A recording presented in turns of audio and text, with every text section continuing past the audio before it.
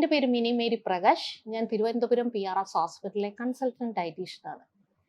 പല പ്രമേഹ രോഗികളും വന്ന് പറയുന്ന ഒന്നാണ്, ഞാൻ ഒരു നേരം മാത്രമേ ചോറ് കഴിക്കാറുള്ളൂ. പക്ഷെ നോക്കിക്കഴിഞ്ഞാൽ എപ്പോഴും എൻ്റെ രക്തത്തിലെ പഞ്ചസാരയുടെ അളവ് കൂടുതലാണ്.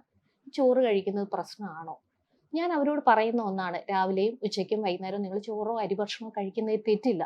പക്ഷെ കഴിക്കേണ്ട രീതിയാണ് നിങ്ങൾ മാറ്റേണ്ടത്. പലർക്കും അറിയാം ഒരു മോഡൽ പ്ലേറ്റ് എങ്ങനെയാണ് നമ്മൾ ഭക്ഷണം കഴിക്കേണ്ടതെന്ന്.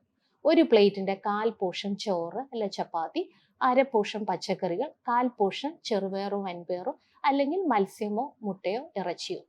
ഈ കഴിക്കുന്ന രീതിയും അതുപോലെ തന്നെ പ്രാധാന്യം അർഹിക്കുന്നു. ആദ്യം നമ്മൾ കഴിക്കേണ്ടത് പച്ചക്കറികളാണ്.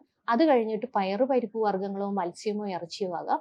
അവസാനമാണ് നമ്മൾ ചോറോ ചപ്പാത്തിയോ കഴിക്കേണ്ടത്. അന്നേരം ചോറാണോ ചപ്പാത്തിയാണോ കഴിക്കുന്നത് എന്നതല്ല, രാവിലെയും ഉച്ചയ്ക്കും വൈകുന്നേരം അരിഭക്ഷണം ഇഷ്ടമുള്ള വ്യക്തി അരിഭക്ഷണം കഴിക്കാം.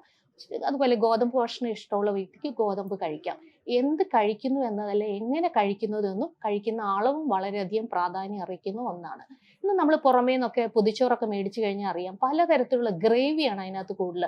സാമ്പാറാകാം, രസമാകാം, മോരാകാം, പരിപ്പ് കറി, അങ്ങനെ കൂടുതൽ ഗ്രേവിയുള്ള സാധനങ്ങൾ നമ്മൾ മേടിച്ചു കഴിഞ്ഞാൽ കൂടുതൽ നമ്മൾ ചോറ് കഴിക്കും. ഈ പൊതിച്ചോറിലൊക്കെ നമ്മൾ നോക്കിക്കഴിഞ്ഞാൽ അറിയാം, വളരെ ചോറ് കൂടുതലായിരിക്കും. പക്ഷെ കറികളൊക്കെ ഇങ്ങനത്തെ ഗ്രേവി ആയിരിക്കും കൂടുതൽ. തോരൻ പോലത്തെ കറികൾ വളരെ കുറവായിരിക്കും.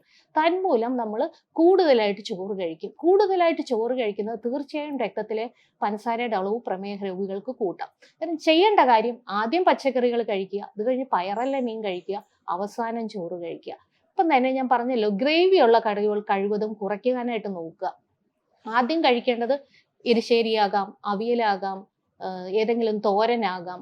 അത് കഴിഞ്ഞിട്ട് പയറു പരിപ്പ് വർഗ്ഗങ്ങളോ മത്സ്യമോ ഇറച്ചിയോ ആകാം. അവസാനമാണ് ചോറ് കഴിക്കേണ്ടത്. ചോറിനെ ചുറ്റിപ്പറ്റി തന്നെ പലതരത്തിലുള്ള മിഥ്യാധാരണകൾ നമ്മുടെ സൊസൈറ്റിയിലുണ്ട്.